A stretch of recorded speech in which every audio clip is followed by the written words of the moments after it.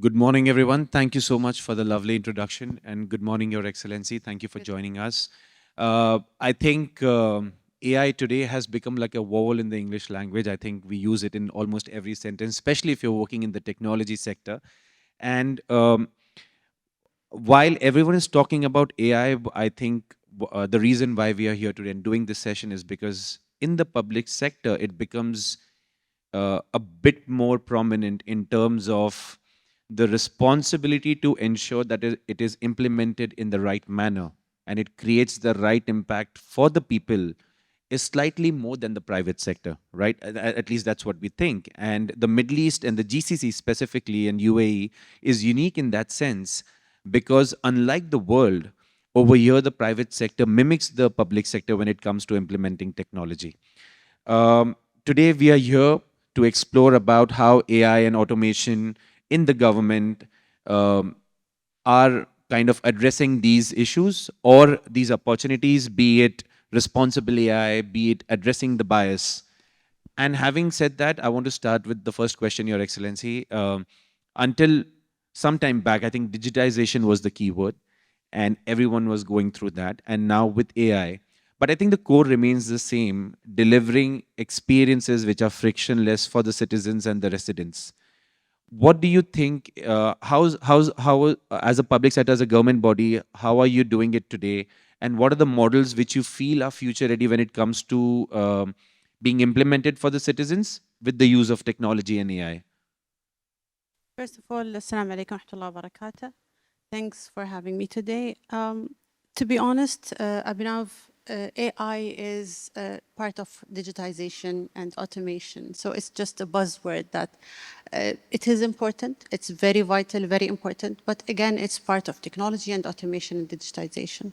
So it is a little bit a different way of doing things. The optimal goal for government entities, not only in Ajman or in the Emirate, in the entire world, is to serve your customers in the best way and to manage their expectations or go beyond their expectations. So how do we do AI? It's just how we put a goal to serve our customers in the best way. Now, if you want me to give you some examples of what we did in Ajman, we have, and I'm sure there are many examples in the Emirate also about AI implementations. I would mention, for example, the feasibility business tool, where we use AI tools to help investors to using real-time localized data from various departments in the Emirate to know what exactly is the right business to make, which area, how did other businesses do in the same area that they chose, and etc. So here, AI plays a role in business development, in governance, and utilizing data in a better way to help the investment. Another example also, we have AI in our infrastructure, in our digital infrastructure, such as, in the SOC operations, in the network operations, where to know what is the best, how to aim for the network health and know our network health. There are so many examples of AI implementations that we have. Another one is using AI in our unified app. We have Ajman One unified app, which is an application that has around 150 government and private sector services. We have on top of that AI feedback toggle. We have, and I don't want to repeat because I think most of what I'm saying you heard it before, but this is it. This is AI. So we have the sentiment analysis and all of that. Again, we have also AI in our chatbots. So we not only provide the best answers for our customers or their inquiries, we also have started infusing service provision through the AJ bot. Another also great example that we're proud of is using AI to help future forecasting for best decision making. And this is using a digital twin platform that is solely made for our decision makers to have also real-time, reliable, secure data to have the best decisions in different sectors in the Emirate. Interesting. And are you already seeing the impact of that in terms of how it is helping you take better decisions? Definitely. We started infusing some KPIs to know what decision was made based on real-time data or utilizing real-time data and AI infused answers. And interesting that you say that because let's say when we talk about AI or any other technology, I think the idea is that we are creating the next generation of government services, right? According to you, what are the foundational infrastructure that is required, especially when it comes to legal, technology, and the human aspects of foundation? What do you think is very critical to creating that next generation government services driven by technology? To be honest, Abhinav, all uh, points you mentioned are important. But to me, the most critical is humans. Um, the employees that will work to be able to achieve the goals. Um, Technology, we can find the easiest technology, and we have now many tech, I would say, suppliers and vendors, and I'd call them partners as well, that will help you or guide you to reach the best digitization or AI tool you want. It's not that, it's the people, the humans, the employees who will work on these projects. You need to have, most importantly, self-driven employees. You have to have the good caliber, the good skill sets, people who understand what their roles are to be able to automate or use AI tools. You need to have people who are self-taught, self-knowledged.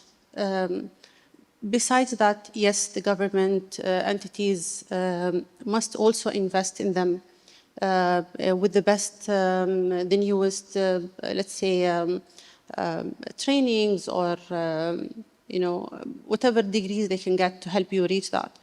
But also because we believe in Ajman that technology complements what human beings does. It never replaces human beings. You know, there's this, there's one word that we use is we say the digital disorientation. What is the digital disorientation?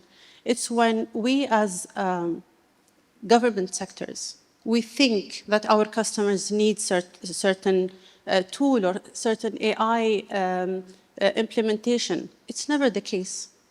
If we focus on AI or we focus on technology, the customers will be in a chaos, in a digital chaos. Maybe, yes, they will have this part of the service the best way, the most efficient and the fastest way. But okay, before reaching this point, where were they? After that, what should they do? What's the next step of having, what's the next task? Many, if you can, we do these studies on the services, many customers, they have unclear, they feel powerless. They don't know what things to do next.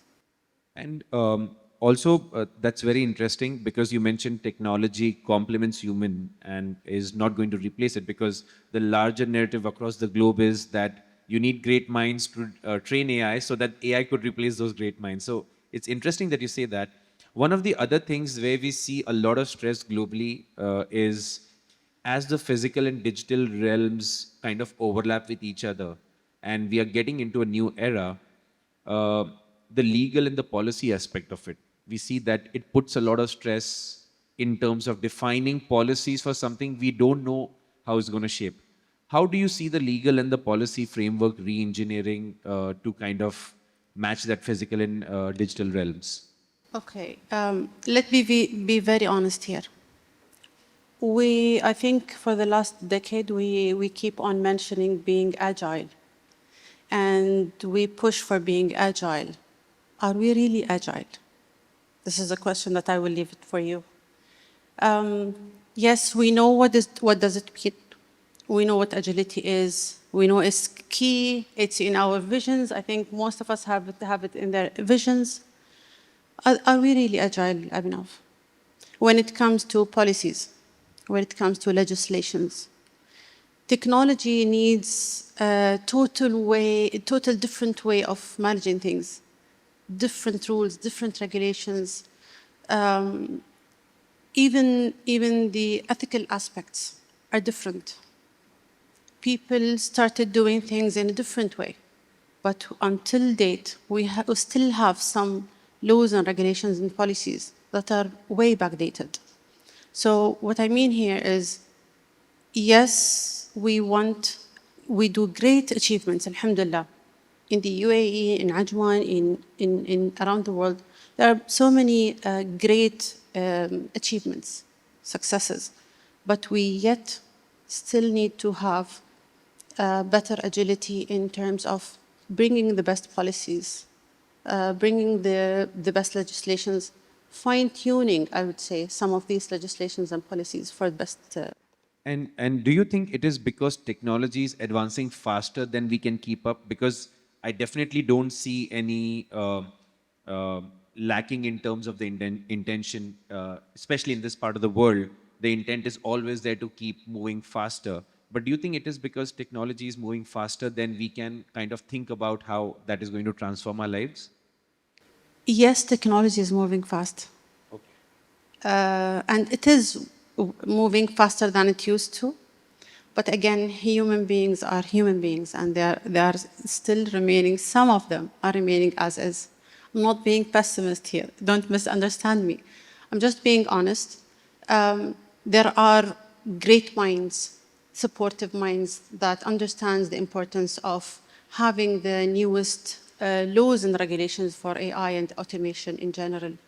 But yet there are some skeptic people who are hesitant to I would say, to adopt the new technology, and they are still reluctant. And those people we need to. I like how you put it, like humans being humans. So that's a very subtle way to put it. Um, the other thing that I also wanted to talk to you about, or ask you rather, is that you mentioned about self-driven. When you're looking for team members who Yeah. can help you meet your vision. Also, at the same time, two things that become very, very important for government entities are being accountable and being inclusive. And UAE is a great example because the society is constituted of so many nationalities and so many people from across the globe. How can government bodies ensure that digital services in this age of technology remain accountable and inclusive as the complexity in the digital domain increases? How do you still ensure accountability and inclusiveness? See, if you talk about accountability and inclusiveness, I would also mention some important point: transparency. Transparency is a very important thing because it shows on different levels, on the level of the entity, on the level of with the citizens, or even beyond. So being transparent about how AI work, or how we take decisions, I would say, about using AI, again, and in how to be inclusive in how we design our services with the different segments, and also, most importantly, ethical. How ethical are we in protecting our citizens despite who they are, with their different sectors, different segments and different levels. This strengthens the AI implementation in the Emirate. Because innovation and trust are not mutually exclusive, if you agree with me. So maybe at Digital Ajman, we believe leaders must both be the innovators and the guardians of trust. If we are able to um, gain the trust of our customers, only by that point we will be able to serve them in the best way. So, okay, so gaining trust and at the same time uh, being innovative to ensure that you're doing better things. Also, one last question that I wanted to touch upon is because when we talk about accountability, which means the standards and the governance models, especially in the public sector, are really, really high, right? And what standards and governance models do you feel are needed to make the digital systems, let's say, interoperable now that most of the government entities and the services are talking to each other through one platform and with being paperless, and at the same time be secure and future proof? I don't know if any system can be made future proof because technology is advancing, but at least interoperable and secure. What governance models are needed to ensure that it happens? Let me answer you on future proof. I have some, I came across very nice numbers that, caught my mind lately. 42% of CIOs say that AI initiatives does not meet ROI, and I think, in my opinion, it's more than that, right? Second, the average cost of GenAI POC ranges from $300,000 to $3 million. Wow. And then cost estimates of GenAI is expecting to increase by 100 to 500%. Now, these are the most recent studies, and if you want to know, I got them from Gartner. Now, what does this say, Abhinav? This say that not only the governance models in terms of legislation, before that, in terms of choosing the right technology, choose what you need, not choose the buzzword, not choose what is just, a new technology is there, let's grasp it, let's be the pioneering in using this technology. It's never the case. Our customers are becoming so much IT literate. They're becoming so much tech savvy, even more than us. So we need to know how to serve them best. What are their expectations? What do they need? And because the expectations, I'm telling you, they're keeping us on our toes. So to manage their expectations, to be able to serve them the best way, so using AI to deliver the best services with the expectations of, and hopefully, inshallah, we are able to, to give them beyond their expectations. This is our goal. Citizens and constituents' happiness is our goal, not, it's across the UAE. It's a motto that we have in the UAE. So, in a nutshell, you're saying is that don't fall for the hype. Go for what you need, what helps you deliver the best of the services that you're going out to deliver. I think with that, thank you so much. Thank you so much for being so honest, transparent, and letting us know about how do you view technology and how, especially Gen AI and automation. Thank you for joining us today.